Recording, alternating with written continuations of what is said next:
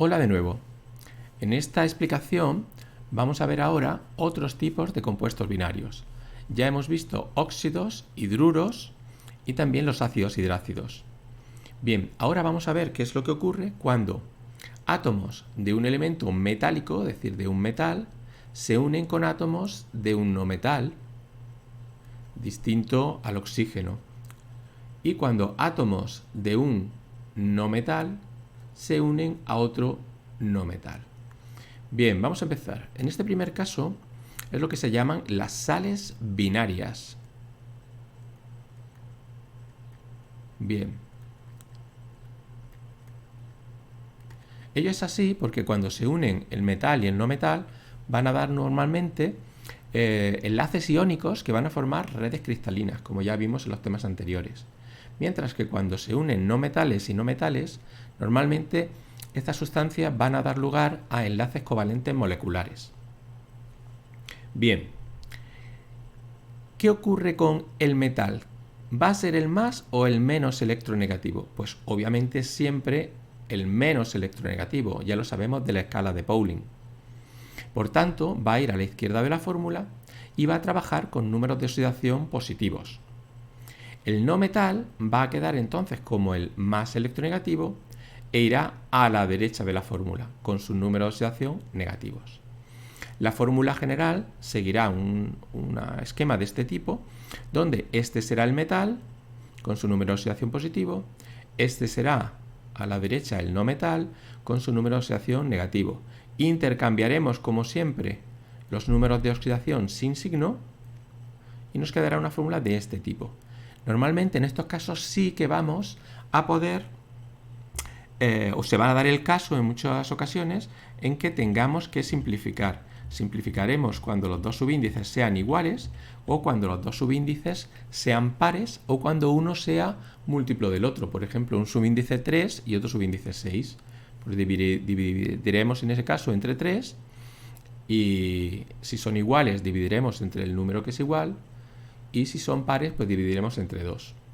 Bien, ¿qué ocurre ahora con el enlace no metal-no metal, el compuesto binario no metal-no metal? Bueno, pues tendremos que mirar en la escala de Pauling cuál de los dos no metales es el menos electronegativo, es decir, el que en la escala de Pauling está más lejos del flúor. Ese será el que vaya a la izquierda de la fórmula y por tanto será el que trabaje con sus números de oxidación positivos. El no metal más cercano al flúor en la escala de Pauling, es decir, el más electronegativo, será el que vaya a la derecha de la fórmula con su número de oxidación negativo. Pero, de nuevo, tendremos una fórmula idéntica en cuanto a que a la izquierda irá el menos electronegativo, a la derecha el más electronegativo. De nuevo se intercambiarán los subíndices sin signo y nos quedará una fórmula de este tipo. Si se puede simplificar, como hemos dicho antes, pues simplificaremos. Bien, ¿y cómo se realiza el nombre? ¿Cómo se crea el nombre de estos compuestos? Para ambos se crea de igual forma. Si estamos en nomenclatura sistemática, pues entonces lo que haremos será, si lo hay, pues prefijo, seguido de la raíz del elemento más electronegativo, terminado en uro. ¿Vale? Por ejemplo, si es cloro, el más electronegativo, cloruro. Si tuviese un prefijo 2, dicloruro. Si tuviese un prefijo 4, tetracloruro, etcétera, etcétera. Y luego seguiremos de prefijo, si lo hay, del elemento menos electronegativo. Como siempre, se trata de leer la fórmula de derecha a izquierda, ¿vale? Nomenclatura sistemática. Hasta ahí sin ningún problema. Es exactamente igual que lo que ya hemos visto. Y si estamos en la nomenclatura stock, pues semejante a lo que ya hemos visto en otros compuestos, cogeremos la raíz del elemento más electronegativo, ¿vale? El que se sitúe a la derecha, seguida de la terminación uro, de elemento menos electronegativo. Y como siempre, si el elemento menos electronegativo, el que se queda a la izquierda de la fórmula, el que trabaja con números de oxidación positivos, tiene más de un distinto número de oxidación, ¿vale? En ese caso, indicaremos para cada fórmula con qué número de oxidación ha trabajado y en números romanos. ¿Vale? Es exactamente igual a lo que hemos visto ya en casos anteriores. Vamos a ver algunos ejemplos. Vamos a ver ahora un ejemplo de una sal binaria, es decir, una combinación entre átomos de un metal y átomos de un no metal. Por ejemplo, entre átomos del aluminio, el metal, y el cloro. El aluminio tiene número de oxidación positivo más 3 y el cloro número de oxidación negativo menos 1. De forma que, como siempre, intercambiamos los números de oxidación sin signo y nos queda AlCl3. ¿Cómo se denomina este compuesto en nomenclatura sistemática? Pues como siempre empezamos a leer desde derecha a izquierda. Lo primero que encontramos es el 3, pues tri, raíz de cloro, clor, y terminación uro, tricloruro de aluminio. Y en stock, pues en stock simplemente será cloruro, raíz del cloro, clor, y terminación uro, cloruro de aluminio. ¿Es necesario poner algo entre paréntesis? No, en este caso no, porque el aluminio solo tiene un número de oxidación distinto que es 3. Vamos a ver ahora otro ejemplo con el hierro. El hierro tiene dos números de oxidación, más 2 y más 3, y por tanto va a dar lugar a dos sales binarias distintas. Si átomos de hierro se combinan con átomos de azufre, que tienen número de oxidación menos 2, pues el primer compuesto será, como siempre, intercambiamos números de oxidación, Fe2S2, pero como son iguales, dividimos entre 2, con lo que nos queda FeS. ¿Cómo se llama este compuesto en nomenclatura sistemática? Pues simplemente sulfuro de hierro. Como os he puesto en los apuntes, la raíz que utilizamos para el azufre es sulf. ¿Y en nomenclatura stock? Pues en nomenclatura stock es sulfuro de hierro, tal cual. Pero ahora sí hay que indicar que el hierro está trabajando con su número de oxidación 2 y por tanto hay que poner 2 en números romanos. En este caso, de nuevo intercambiamos números de oxidación sin signo y nos queda Fe2S3.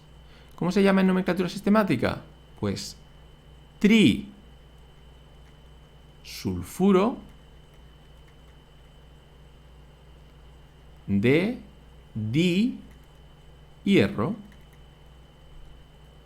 ¿Vale? Vemos aquí, empezamos a leer siempre de derecha a izquierda. Lo primero es el 3, trisulfuro de dihierro. ¿Y en nomenclatura stock? Pues igual que antes, sulfuro de hierro, pero ahora hay que indicar con qué número de oxidación ha trabajado el hierro, en este caso 3. Bien, pues hemos visto dos ejemplos de sales binarias. Vamos a ver ahora otros dos ejemplos de compuestos binarios no metal, no metal. Vamos a ver en primer lugar un ejemplo de la unión de átomos de carbono y de flúor. Los dos son no metales. Sin embargo, el flúor es mucho más electronegativo. Por eso será el que ocupe el lugar derecho de la fórmula y el que trabaje con su número de oxidación negativo. Por otro lado, el carbono trabajará con los números de oxidación positivos que tiene, más 2 y más 4, dando lugar a dos compuestos. Como siempre, intercambiamos números de oxidación sin signo. El 1, como siempre, está aquí, pero no se pone, y el 2 aquí. ¿Cómo se llama este compuesto CF2 en sistemática? Pues, como siempre, lectura de derecha a izquierda, di, el prefijo, raíz de flúor, fluor y terminación uro, difluoruro de carbono. Y en nomenclatura stock, fluoruro de carbono,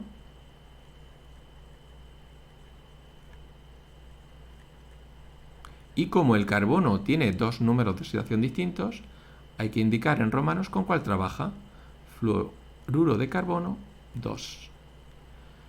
Este compuesto lo hacemos igual, el 4 se va con el flúor, el 1 se va con el carbono, sin signo, aquí lo tenemos, CF4. En nomenclatura sistemática, tetra por el 4, tetra, fluoruro de carbono. Y en nomenclatura stock, fluoruro de carbono. Y ahora, como ha trabajado con el 4, pues en romanos, fluoruro de carbono 4. Veamos un último ejemplo de combinación binaria no metal, no metal. Por ejemplo, el que aparecería entre átomos de fósforo y átomos de azufre. ¿Cuál de los dos es más electronegativo? El que está más próximo al flúor en la escala de Pauling. El flúor, por lo tanto, será el que trabaje con número de oxidación negativo y el que vaya a la derecha de la fórmula.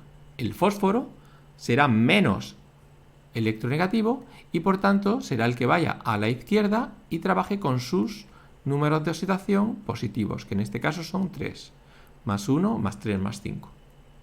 Como siempre, primer compuesto, intercambiamos número de oxidación sin signo, P2S. En nomenclatura sistemática no tenemos ningún prefijo aquí, está el 1 pero no se pone, por lo tanto vamos a la raíz del elemento.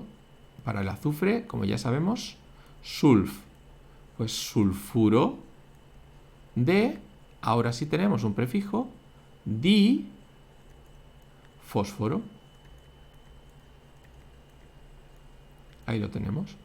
Y en nomenclatura stock, pues tal cual, sulfuro de fósforo,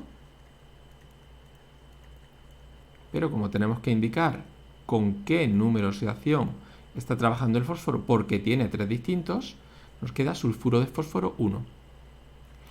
El segundo compuesto, de nuevo, intercambiamos y nos queda P2S3. En sistemática, trisulfuro de difósforo. Lo vemos otra vez, empezamos a leer como siempre en sistemática, muy sencilla, trisulfuro de difósforo. Y en stock, simplemente sulfuro de fósforo, pero tenemos que indicar que ha trabajado con número de oxidación 3. Sulfuro de fósforo 3. Y el último compuesto, intercambiamos número de oxidación sin signo, nos queda P2S5, en sistemática, penta, que es el que corresponde al prefijo 5, penta, sulfuro de, prefijo 2, difósforo. Y en nomenclatura stock, pues como todas las demás, sulfuro de fósforo, y como ahora ha trabajado con el 5, sulfuro de fósforo 5 en números romanos. Bueno, como veis, tanto las sales binarias como los compuestos no metal, no metal siguen exactamente las mismas reglas de formulación que ya hemos visto y siguen también las mismas reglas de nomenclatura, tanto sistemática como stock. Bien, espero que con esto os haya quedado claro cómo se formulan y cómo se nombran estos compuestos binarios, tanto sales binarias metal, no metal, como compuestos binarios no metal, no metal. Venga, hasta la próxima.